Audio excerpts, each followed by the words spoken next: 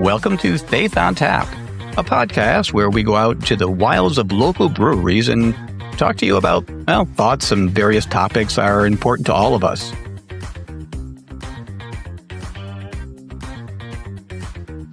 We are here in New Hartford, Connecticut. We are at Brewery Legitimus, and it's a place that is new for Dennis, not new for us. It's a nice place. Oh, it's very nice. It has one small open room here and the big rooms in the back. And Liz, what did you have to eat? I had the buffalo chicken pizza. What's the name of the truck? I don't remember. Doughboy. Yeah, it was very good. I can't think of anything I would do different. So 9.5? I don't know. Yeah. 9.5? It was really good. Yeah. So you had a buffalo chicken? Yep. And I had a special with pepperoni pesto sauce. It was very good. Nice thin crust. And I'd say at least a 9. So I was very happy with it. And Dennis, would you? I had the margarita pizza. And as far as pizza goes, it was okay. Oh, just okay. So I was hoping for a different food truck, but swing and a miss. Yeah, well, it is what it is. Well, hopefully a swing and a miss won't be the question we ask. Should be a question everyone should have an answer to. Maybe you have to think about it for a second, but we're going to be asking, what's something that you would not want to change about yourself? Do you think people are going to have, Liz, a quick answer to that? Or you think they'll ponder? They'll have to think about it. I'm sure most people would have a long laundry list of what they want to change. I think the question is a really good one because it changes the perspective. Everybody wants to ask, what would you change about yourself? But what wouldn't you change about yourself? It's a very different perspective. Yeah. I think it's going to throw people a little bit off. Like, yeah. Okay. And I think that's going to be a positive. I think we're going to get some fun answers. We're going to hopefully get some thought-provoking responses. Let's see what they have to say.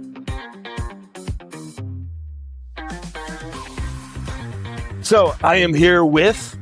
Hi, my name is Rich. Rich, the question to you tonight is this. What is something you would not change about yourself? I would not change the fact that I've been grateful to be able to retire, that I am married to the same woman that I've been married to now for 35 happy years, and that I enjoy drinking beer with my friends. The simplicity of that statement is beautiful. I've got to be grateful about something. Well, no, I've got to be grateful about something. I'm going to probe this a little deeper. Yeah. So you would not change 35 years with your wife? No, I would not. Why? We each were married before, and we each understand the degree to which we are lucky to be with the person that we're with and where we are. When people ask me how long we've been married, I will say we've been married for 35 happy years. And when people ask my wife how long we've been married, she will often say we've been married for 6 happy months. And two things can be true at once. And it's the first 6 months, right? Not of the 35 years. We don't know. Yeah. That is awesome. Thank you so much. There you go.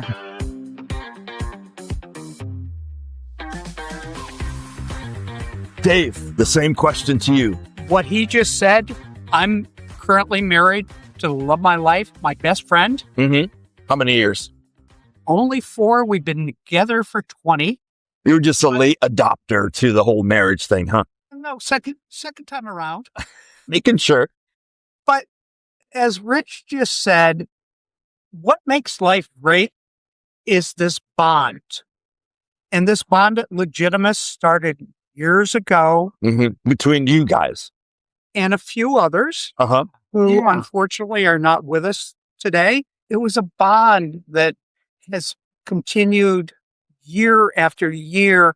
And even though people have passed, it's continued. And it's brought more and more people in. You came in a little late tonight, but there were probably 8 people sitting around this table. I saw. All bonding because of a seed that had been started years ago. And so that friendship, that connection is something you value. and would not let go. No, not a chance. No, not a chance. Wow. That is awesome. Thank you so much.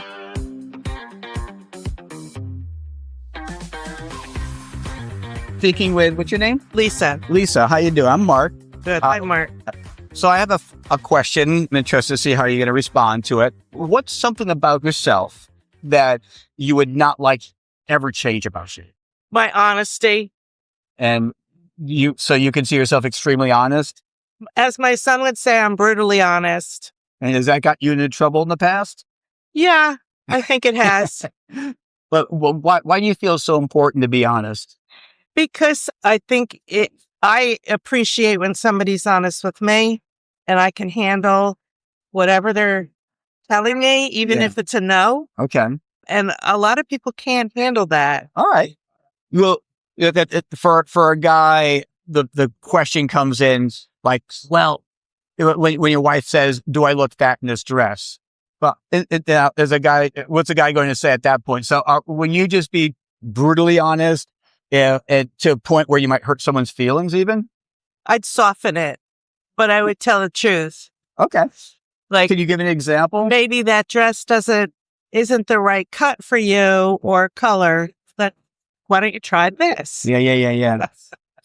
So why do you like that about yourself? Because I think it cuts through all the BS. Okay. And it's just an honest answer. And I think a lot of people don't realize it, but I think they appreciate honesty. Yeah, I think you're right.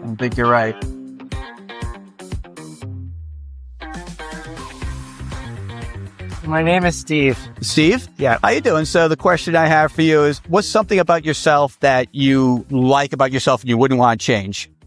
I like to engage with other human beings. Like we're doing right now. Absolutely. And that's a gift that you think you have? I don't know if it's a gift. I think it's human nature that people forgot that we have. Okay. But you don't see many people with that gift yourself? Not as much as there should be. Is it because you have a general like for other people, or is there another reason? Right back. I think I have a general like, but also I think it's our right. We should do it. We're human beings. It's the right thing to do? Absolutely. And have you ever found some positive, after you've actually been able to communicate, have you had positive stories that helped when you were talking to people? Yeah, absolutely.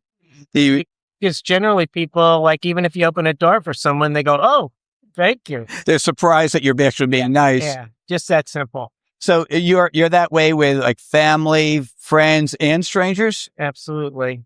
And you feel the reason why you are that way is you feel that it's your duty, or why do you want to be that way? It's a nice quality to have. Is there something driving you to that? Yeah, because I think people need to feel the love. Okay. People need to feel loved. That's deep. And you're the person who wants to show that love to people. And even if it's a small little way that you're doing it, it's a way that you're showing doing that. Yeah, the more people you engage with, the better person you are. Right. And why is it important for you to be a good person? It helps me be who I am. Okay. I wasn't trying to put you on the spot. You seem like generally a nice person, and I'm trying to find the root of why you're so nice. And it's your nature. Yeah, absolutely.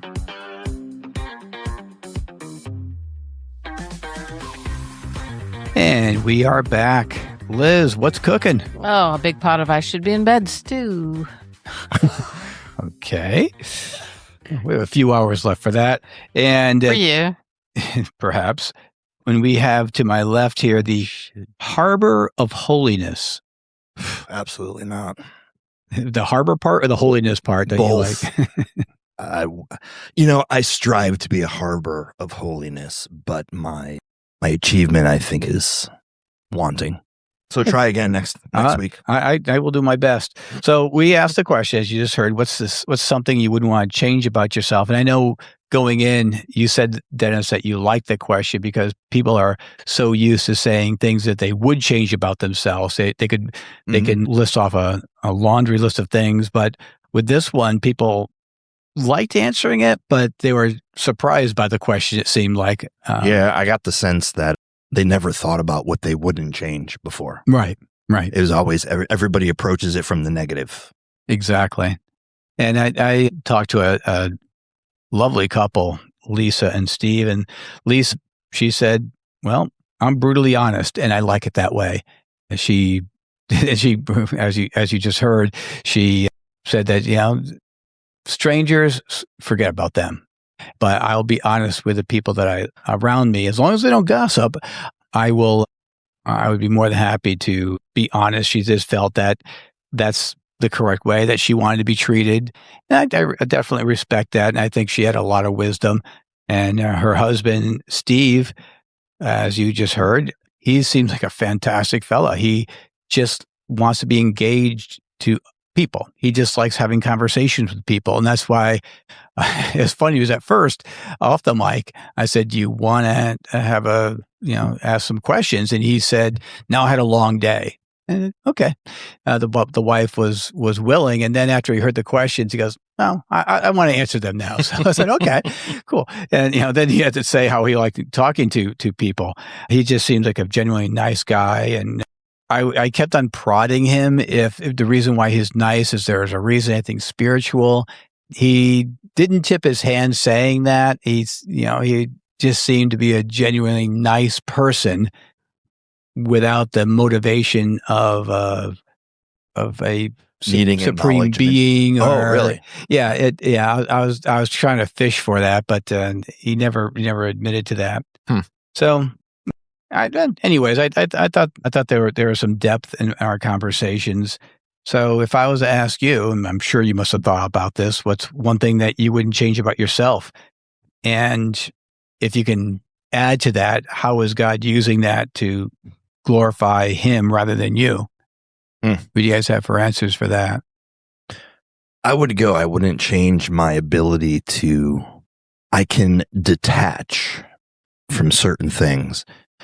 I'll give you an example. Though my responsibility is shepherding and pastoring a church, there are certain things out of my hands. And I need to be able to step back and go, I can't control that. I can't control people. I'm not responsible for their salvation. I'm responsible to the things that God calls me to, and they're responsible for their own. And so I'm able to kind of detach from, and not in an unhealthy way, not in a way where I don't care, but I don't carry the weight of responsibility. So you care about them, but you also realize that there's only so much you can control? So not necessarily control, but there's only so much I can do. There's only so much I can speak to someone. There's only so much that I can love on someone.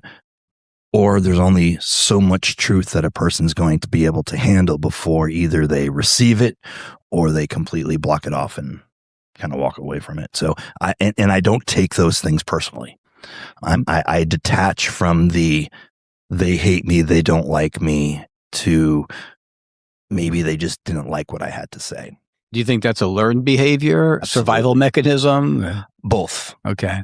I used to take everything right on the chin, carry the weight with me. You can ask Sandy. I've spent many a sleepless night tossed and turned because there was something floating. It's not, I don't have a concern for them, because I do, but I don't allow that concern to control me and my emotions. Does this change happen while you're being a pastor, before? Oh, yeah. Fairly recent. Probably about 5 years ago, right around the COVID time. Okay. Going through that, coming out the other side, maybe 22, I was done. And God kind of birthed this ability to, in a healthy way, detach from certain things. Yeah. What about you, Liz? I think the only thing that I don't want to get rid of is the thing that God gave me, which is discernment, regardless of whether it actually has an effect, because I don't think it's actually been used or noticed. But everything else can go away. I don't really care about what other biological gifts I've been given with whatever nonsense talents. Those don't mean anything to me, really. I can let them go. But, discernment is a gift of the Spirit. So the discernment, hang on to that. Has the discernment manifested itself? No. Well, it's manifested, but it's not heard, so it doesn't matter. Maybe sometime. Maybe at some point it'll be heard, but it's not heard yet. So You would get rid of your artwork. Yeah, in a heartbeat. I don't care about it.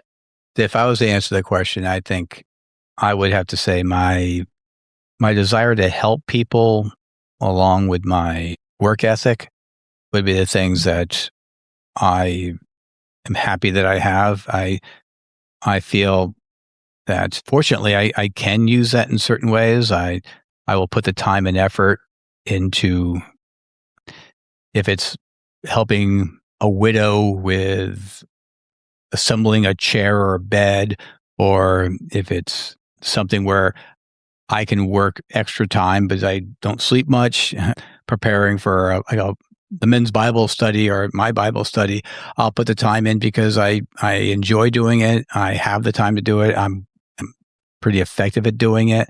So yeah, those are the things that I just get stuff done, and I can live with that. And I've often called you or referred to you as a pit bull.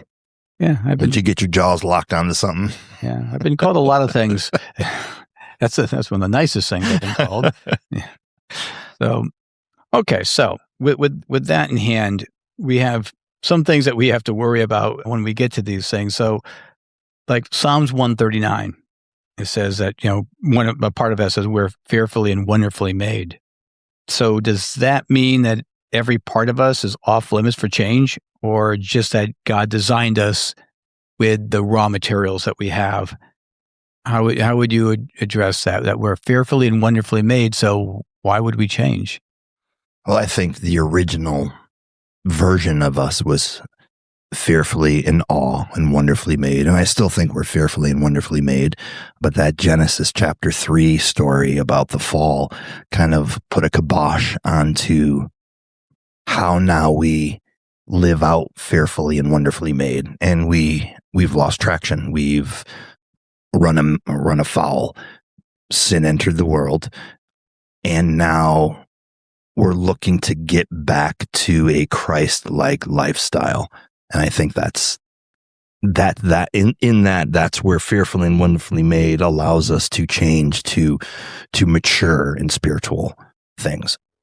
So you do believe and accept that we are wonderfully made, Absolutely. even though the fall happened. Mm-hmm. So to address the question, so if we are fearfully, wonderfully made, but there was a fall, should we still worry about changing ourselves, or since God made us who we are, we shouldn't change? Well, I believe we should change because we enter this world with a black spot. We enter this world in a sinful nature. I've often said you don't have to teach a child to be selfish. You have to teach them to share. Mm-hmm. And so our natural response is selfishness. And so though we have the DNA, the blueprint of wonderfully made and fearfully made, we're always, what's the word I'm looking for? We're always working towards back to the garden. We're always working towards being that chapters 1 and 2 in Genesis. And that 1 and 2 in Genesis talks about some of the gifts that we do have because of God, Mm-hmm. and that He designed it a certain way. However, there are some things that the fall produced in us which might not be helping the kingdom of God move forward. Exactly. And so that's where sanctification comes in for the believer. That's where we're pressing into that truth that we are fearfully and wonderfully made more and more and more and more. I don't think we'll ever achieve completion in this life, but it's that cease striving and know that I am God, that God can only change us, but that's the submission of our lives to the things of God. And it's could be complicated at times, but it's really simple. Yeah. So we often heard, you can't teach an old dog new tricks, et cetera, et cetera. Do you think that applies to people in the sense that if the older you are, the more set in the ways you are, and hopefully the qualities that you have that were positive are built up. But do you think any of the negative qualities that people have as they get older, that it's changeable, that an older person can just say, you know what, I'm going to turn a switch on and I'm not going to be that way anymore? Or do you think it's kind of lost cause? I think you can teach an old dog new tricks if the old dog is willing to learn a new trick. Sometimes when we get older, I know I become set in my ways in certain things, and rightfully so in some ways, and arrogantly so in others, and that's wrongfully so. And so I have to continually look at and evaluate the things that I feel are important, the things that I'm engaging in life, the things that I'm not neglecting but avoiding in life, and say, are these beneficial right now? Are my attitudes towards these things beneficial to that process of sanctifying me, of pressing into being fearfully and wonderfully made? So for you personally, you think that you can actually see something which you can grow on in your life and actually pursue that growth? I have to. And you do? I do. Okay. I do. Yeah. I mean, personally, I feel that I would feel bad if someone said, you knew me 5 years ago. So you're the same exact way you are 5 years ago. I go, ooh, I'm sorry. that sucks. Nope. I want to hopefully every week, every month be growing, and that I'm not as recognizable as I was that long ago. How many years of teaching did you have? How many years? Oh, in the 30s, mid 30s. You, Liz, how many years? In the 20s. 20s. I wonder, like, if you talk to one of your students when you first, second, third year teaching, and then you talk to your students when you were, eventually getting out of teaching, what they would like how they would compare the difference of your presentation, of your attitude, of your personality. Well, I think part of that though is that it's dependent about when they graduate, you're not treating them as students anymore. It's like when I have groups of students come in, usually there's summer, I'll have like previous years, they'll come and visit, we'll play games and stuff like that. And, we joked around and stuff in class, and we can joke around when they come here, but now they're adults. I'll say, yeah, gee, I can make bourbon, and can we try some? I go, no, you're just student. Oh, you're in your mid 20s. Never mind. Sure. Yeah. It's kind of like, same thing with our kids too, right? When they grow older, they become parents, and it's like, wait a second, you're the same one that was kicking the door for 4 hours straight, and now you're parenting. So yeah, we have to be cognizant of our kids, and just as we have to be aware of our willingness to change. And I want to always be able to grow. I always want to be able to change.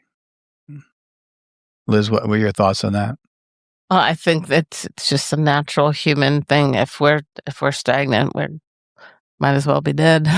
But I think most people are happy with who they are, and they don't want to change when they get up there in age. Do you really think that no one wants to change? No, I didn't say no one. I said I think a lot of people don't have the desire to change. They're content with who they are. I don't know if contentment is the right word. Lazy? Comfortable, which can contribute to lazy. Contentment to me feels full, feels like I'm content, and it doesn't really, it's not relevant to my circumstance. Well, I'm just thinking about the people that allow people to listen to the same music they've done for the last 50 years. That's no offense. No, but you're listening to new Chris Stapleton stuff at least. I am. So I am. There's that. What a rebel. I know. No, but seriously, I mean, it's like some people, they're stuck in the years that they were Right. like in their prime, whether that be high school, college, or what have you. I have friends that talk about, their high school days of whatever sports they were in. And Well, that was the joke on Married with Children, is that the father, all he talked about was his Football. the halcyon days of being the football star. and that's kind of sad, Yeah. Well, what else did he have? right? He had his wife. Well, she loved him in her way. In her way. So would you say that the self-acceptance is about just ignoring our flaws, or is it more about trusting that God has already accepted us? Well, self-acceptance is not ignoring our flaws, but it's accepting our flaws. And then for me, addressing the flaws. Is this something that needs to be taken care of or addressed immediately? I leave my clothes in the corner of the bathroom in the morning, my own bathroom. Do I need to address this immediately? Is it a thing that needs to be addressed? Yeah. Am I lazy in doing it? Probably. But it's my bathroom. Yeah. But I think we have to be very aware of, especially our flaws and our weaknesses that affect other people. And especially in my job, I need to be very much aware of those things. Like, I've been called the bully in the past, and those words were very stinging. I'm like, what the hell are you people talking about? And then I realized when I caught myself saying some things to certain people, it felt bully-ish, spiritual bully. Like when the pastor says, "Oh, you're going to do this," even though it was said in jest from my perspective, it wasn't received in jest. It was received like, we're being strong-armed into this. So I've had to constantly take a step back. So you're saying, you said that self-acceptance is not about ignoring flaws. It's just about recognizing who you are. But if you accept who you are as it is, as you are, is that just giving up? Is it saying that, well, I am who I am. I'm not gonna change. God made me the way He did. He loves me as I am. Well, I think you can go in two directions with that. Yeah, there could be a self-acceptance where I am what I am, and that's all there is. But then there's a self-acceptance of, I am who I am, but God in me is pushing me to become a better I am, to become a better person, to become more devoted to my family, more devoted to my children, more devoted to the things of God, more devoted to my relationship with Christ, all of those things. So it's not ignoring your flaws, it's recognizing them. And I am flawed in that I have room to grow. Right. And am I willing to grow? I think that's a big question. Cool. All right. So now let's get to Paul.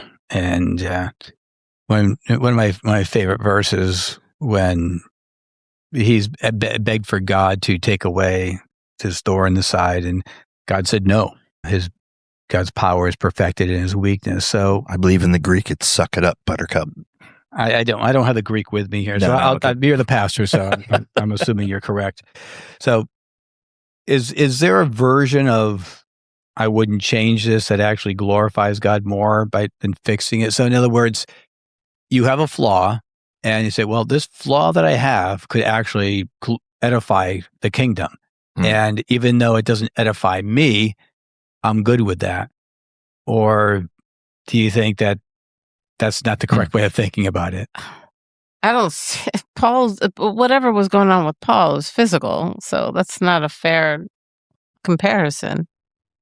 If we're going around saying, "Oh yeah, my left leg's shorter than my right leg," then you might have an argument there. But if you're talking about a flaw like a flaw in your personality, it's not comparable to what Paul was talking about. There's some theologians that say Paul was talking about people in the church that were coming up against him. So and if that's the case, then yes. But if it's Liz's case, then yes. Because if it's a physical flaw that you can't do anything about, then it's not your fault. And does that how you handle that might glorify God? Like, you're not aggravated, you're not miserable, you're not hatred, you don't hate people or hate God. And if there's people within any pastor's church that would be more of a blessing if they left than when they stay. But that, I believe, sanctifies pastors. It establishes in us a need to self-reflect and say, why is this person aggravating me so much? What is it in me that is being rubbed the wrong way by them? And that lends itself to repair. So regardless of what Paul went through, whether it's physical or mental, or the point I was trying to make is, can a personality trait or flaw that you have be something that can still edify God in the long run in the people? I'm going to say yes, but I don't know how. Because everything can ultimately bring glory to God. Pharaoh brought glory to God. Right.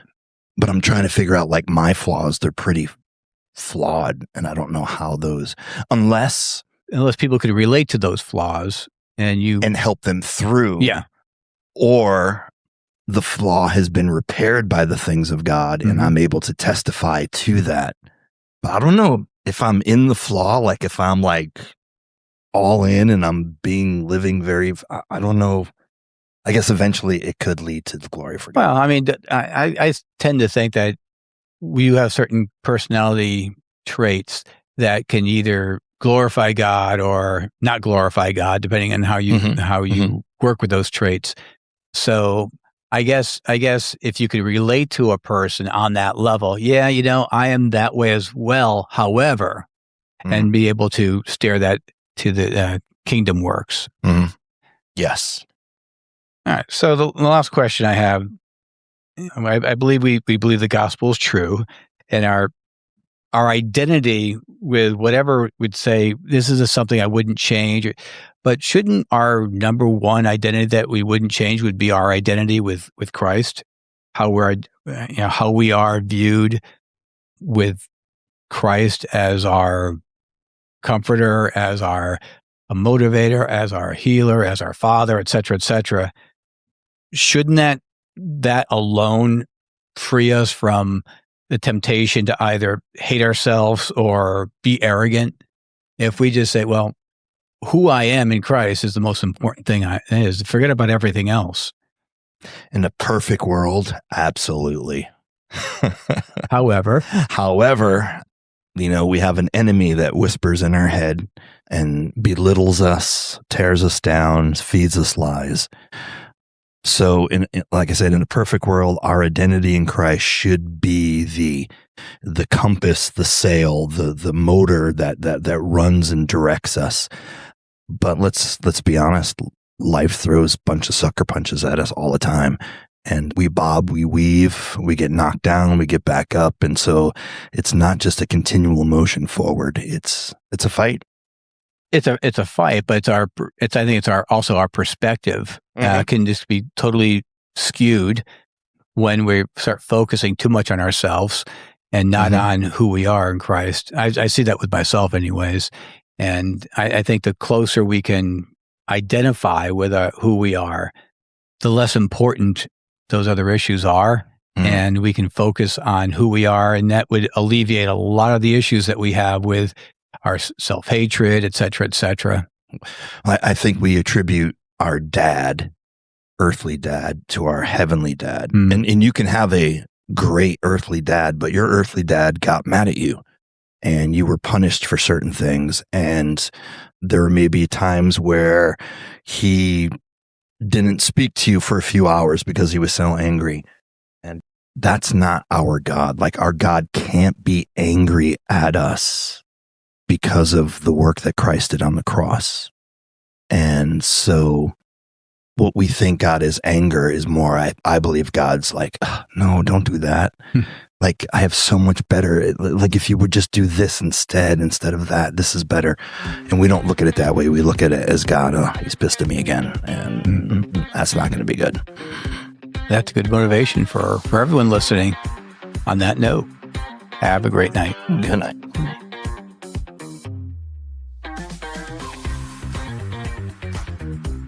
Tune in next episode when you'll hear Dennis say, I had schmutz under my armpits.